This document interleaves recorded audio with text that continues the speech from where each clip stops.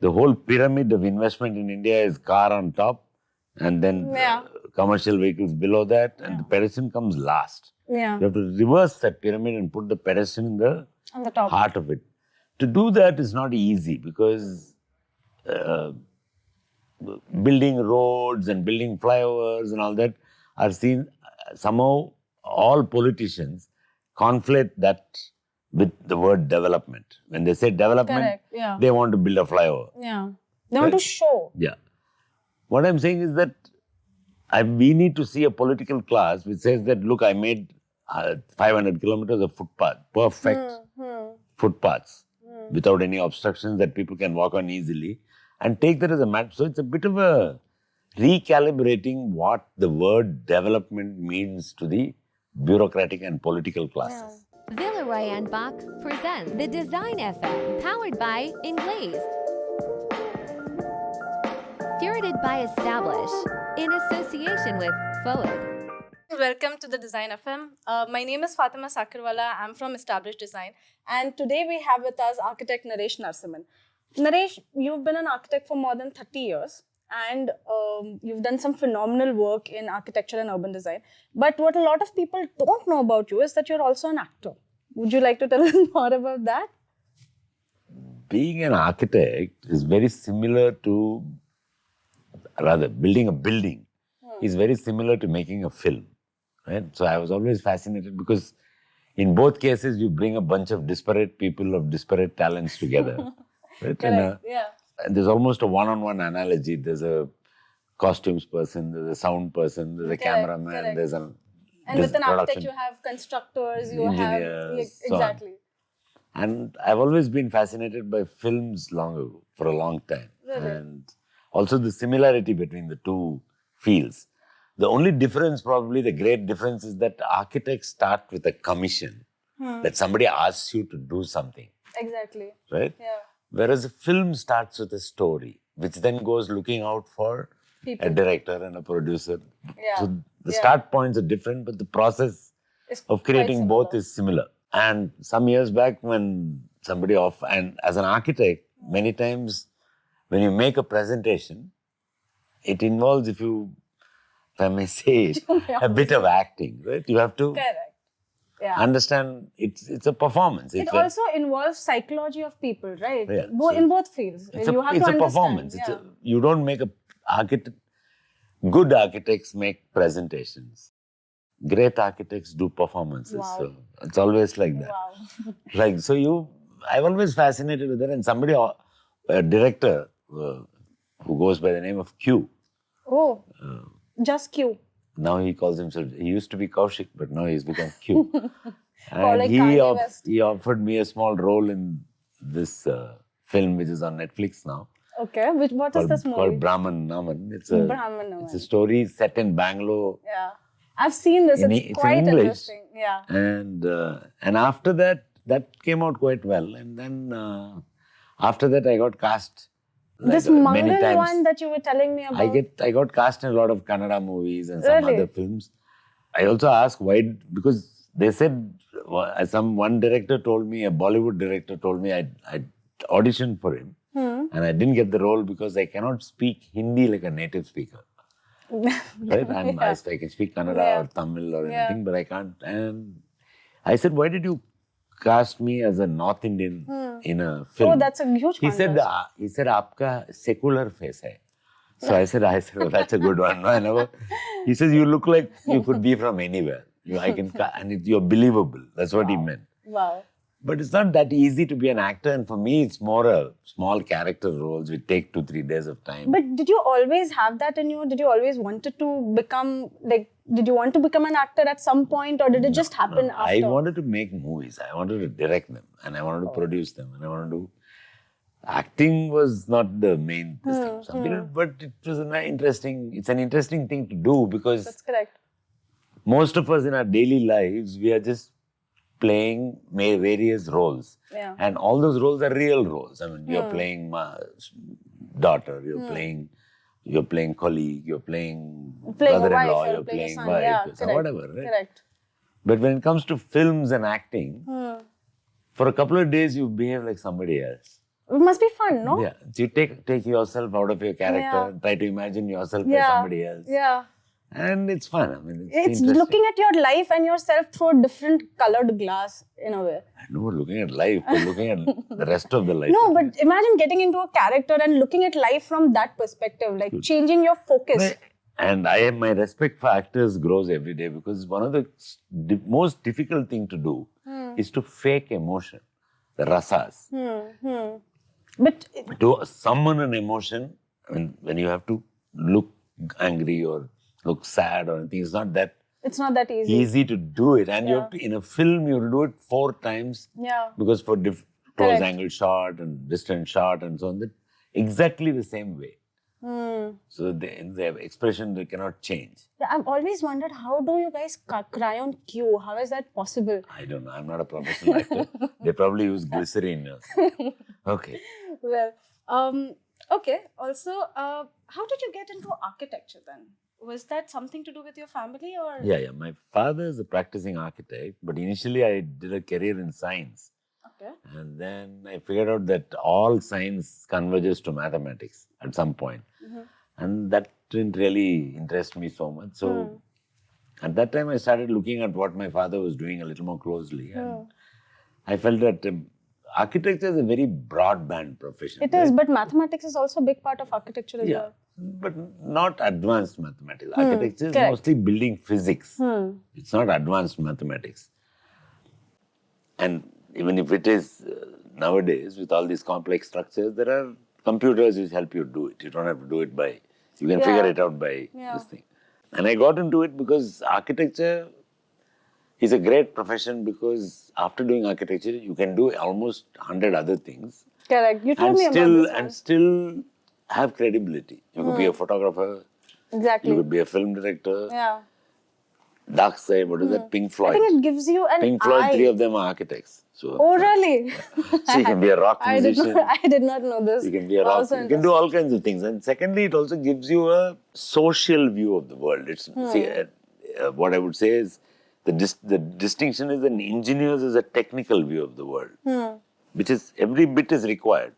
But an architect brings in an unusual thing, which is like a social view as well as a technical view at the same time. Yeah. It's like you have to sort of combine it together, and because of that, it gives you access to other areas. and you can speak about other things with authority, and you'll have credibility.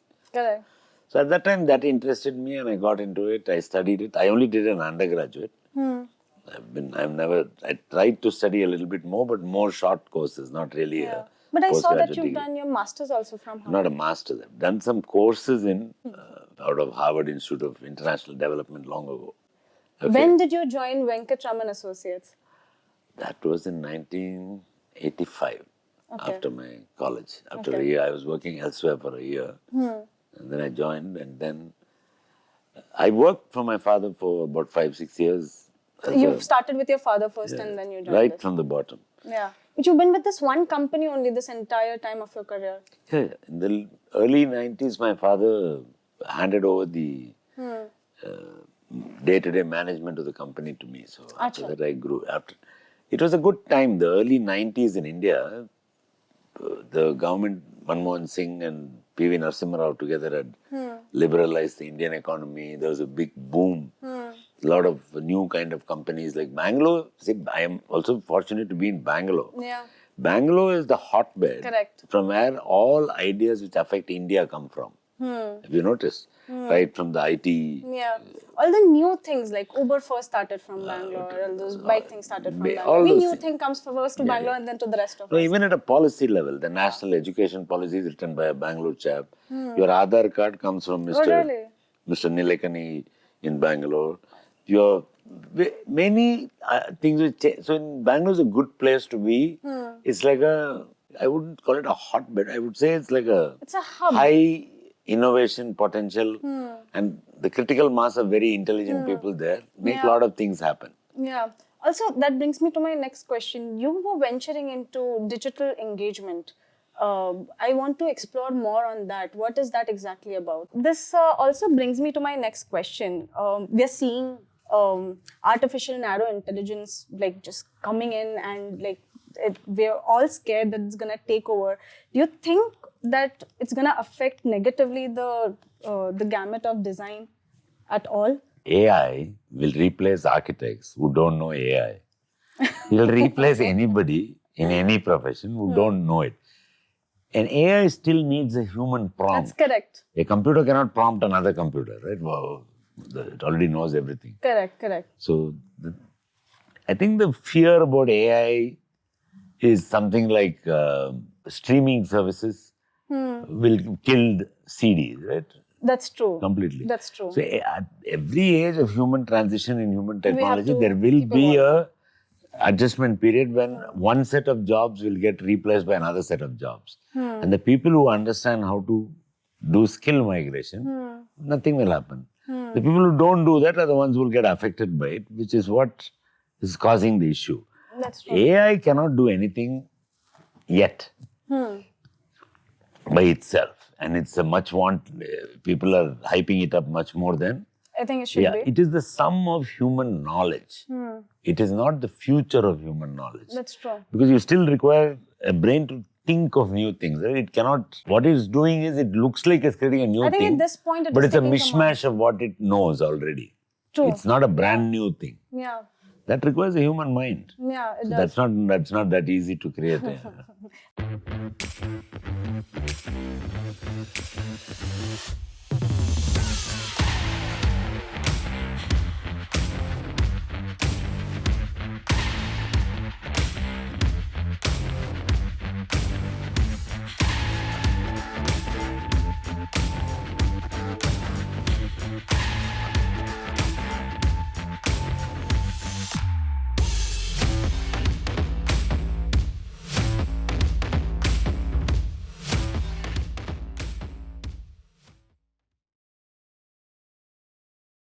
But they are still saying that it would. So this what we have right now is narrow AI. What could When take it becomes over? sentient. Yes. But there is a lot of ethical questions about allowing something like that to happen. But the because- people who are still working on something like that. there will be, but course. there will be. But the point is not that. The point is if you allow, it's like the same debate with artificial life. Right? We are not. We can create the greatest computer in the world, but we cannot create a single bacteria which is alive. Yeah. So, but there is a lot of ethical questions and things like that. Whether you should actually allow things like that to happen. Might create a super race. It might create a monster race. Who knows? Yeah.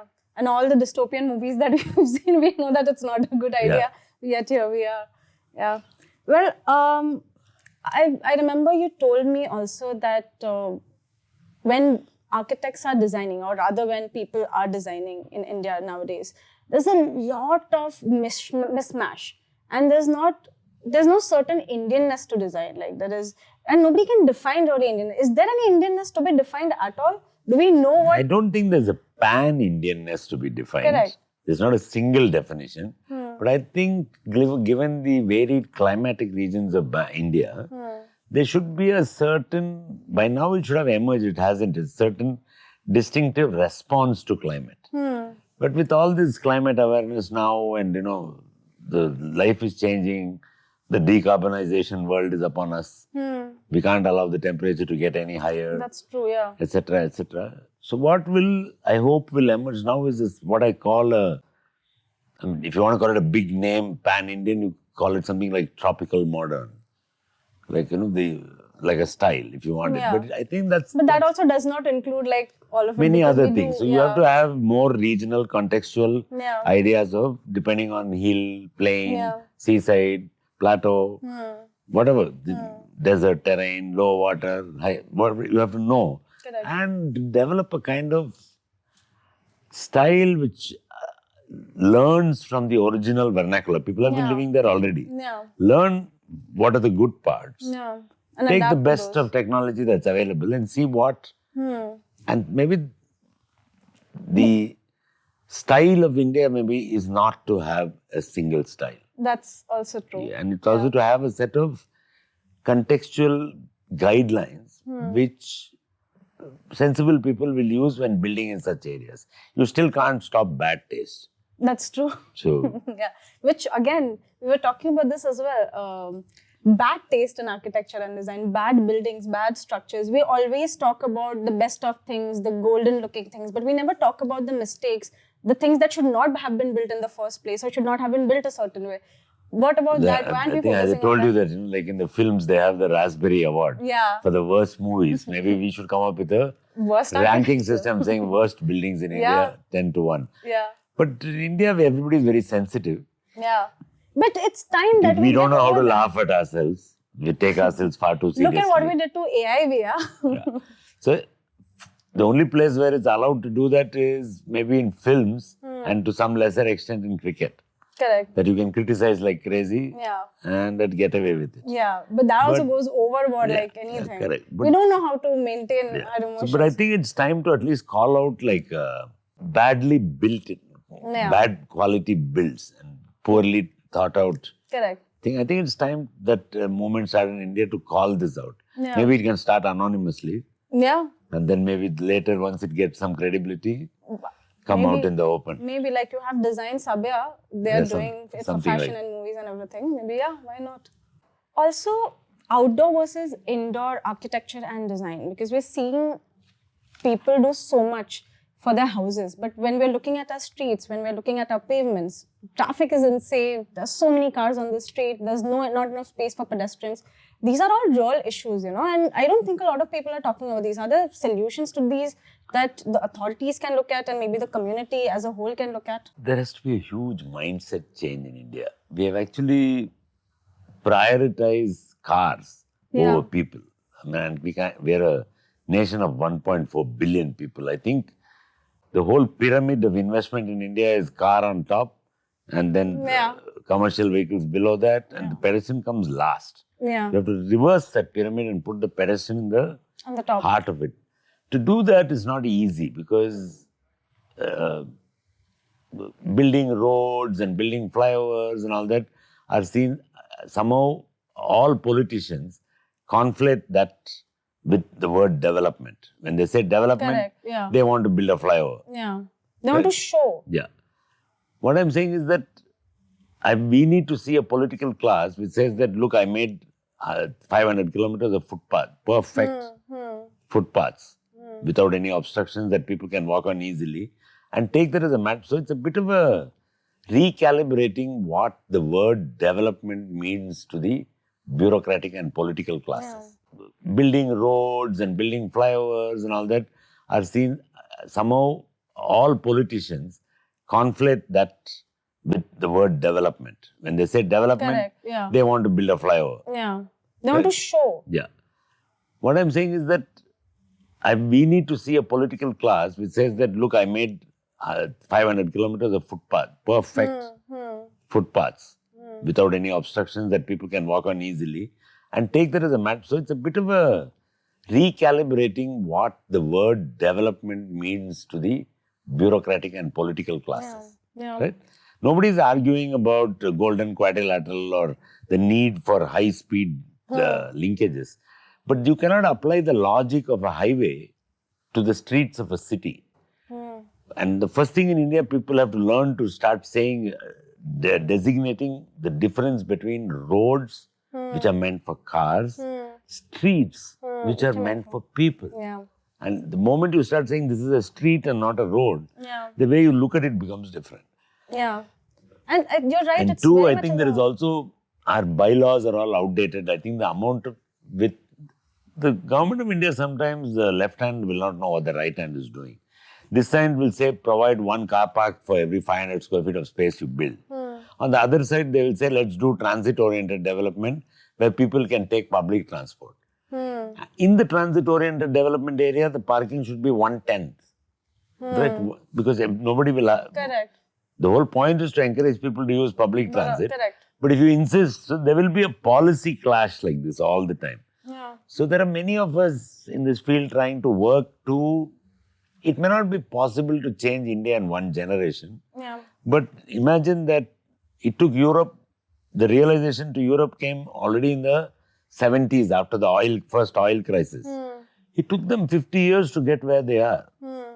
And India will at least need another 30 to 50 years. But what we do as urban designers and architects, some of us at least, my colleagues and me, we do what is called urban acupuncture. Because in India, you can show drawing, you can show 3D, you can show everything, nobody will understand anything.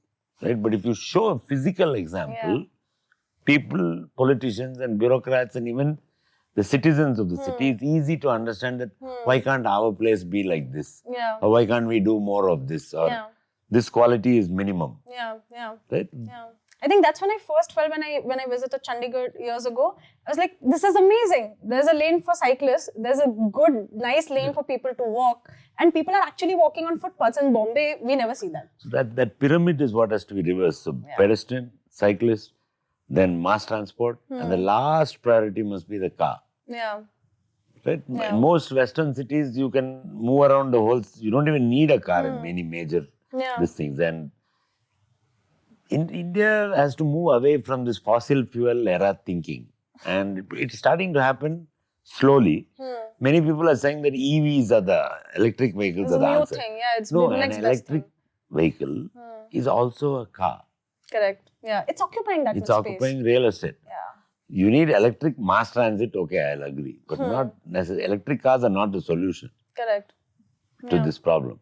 So many of us are working on trying to change the government, but what we are doing is more like we're finding key change points and doing acupuncture on those points. So if you put the needle correctly, that might it'll have an accelerating effect for the rest of the infrastructure. My city, Bangalore, has quite a lot now, about 50 kilometers of perfect international quality roads, perfect footpaths, very easy to look after infrastructure, shopping streets, food streets, everything is coming.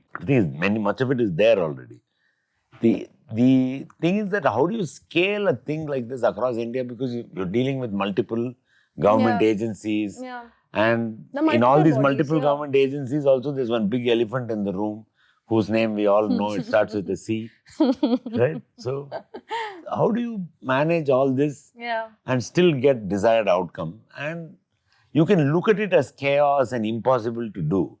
I look upon it as an opportunity and in some, I wouldn't say sort of vaguely selfish way, I would like to live in that city for the rest of my life, and if I can make parts of it as usable, beautiful as possible. Yeah, exactly. well, I think it's a Why good thing not? to do. Yeah, I think it's okay to be selfish in those areas. Yeah, why not?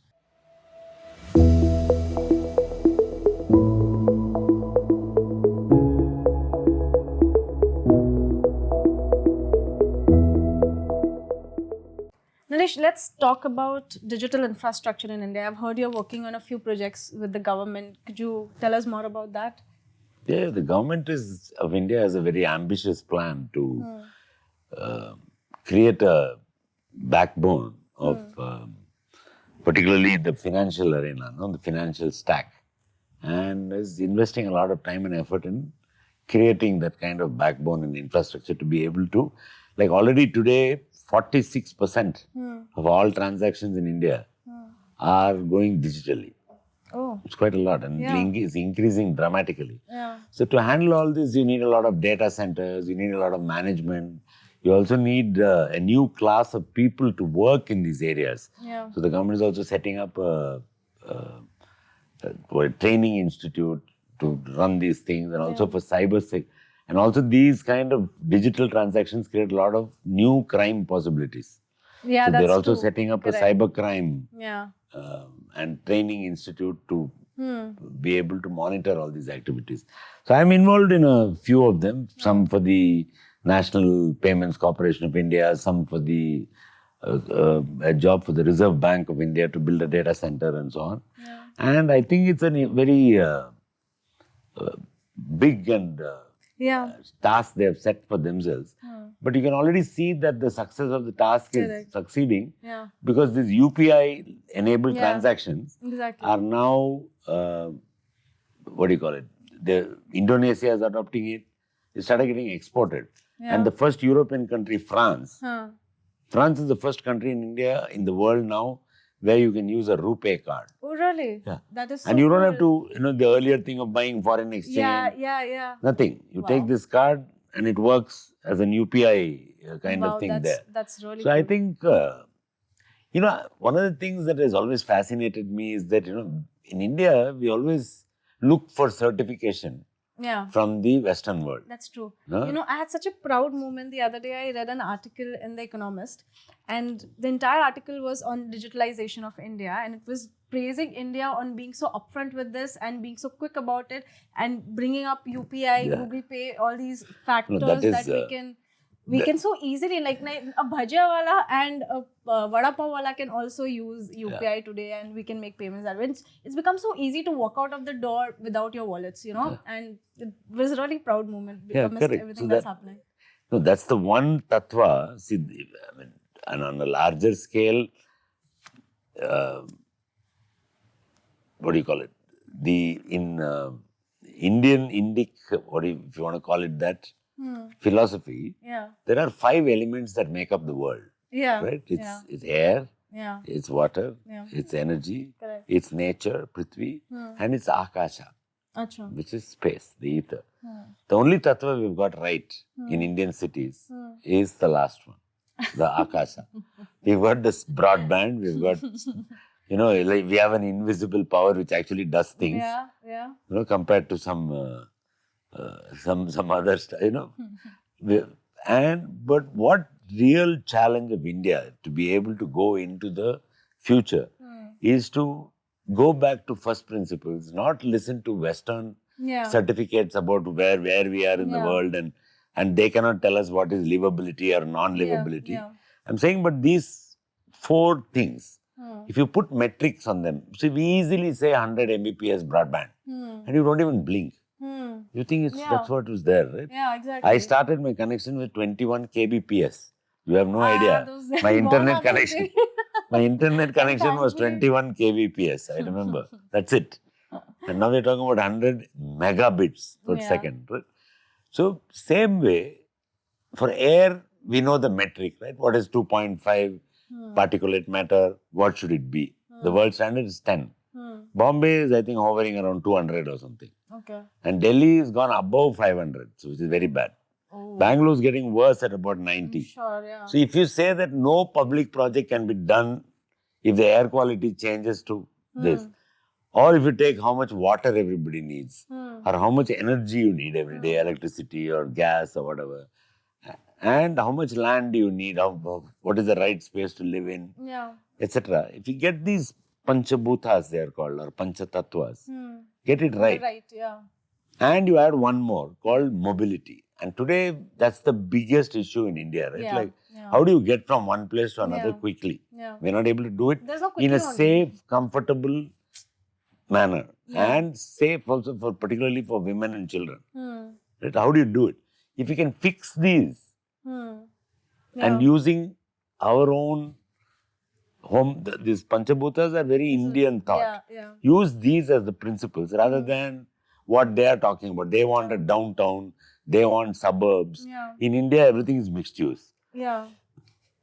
There's no such thing as a Yeah. clear separation of work from home. Yeah. Go back to our principles. The Akasha, we got it right. So we'll replace that with mobility. Easy, interconnected. I think India will have a great future if we are able to We're able to bring back put some metrics of our on the ethos. intangibles. You're right. We're not looking in the right direction yet. Yeah. You Slowly. are though. Well, and tell me a little bit about maybe your mentors, because I remember you did tell me about 𝗧𝗵𝗲 and that you were. Yeah. There are many. I don't know. They're not really mentors, but But yeah, people who I you're- think had a point of view about certain things, which was probably influenced my thinking in many ways.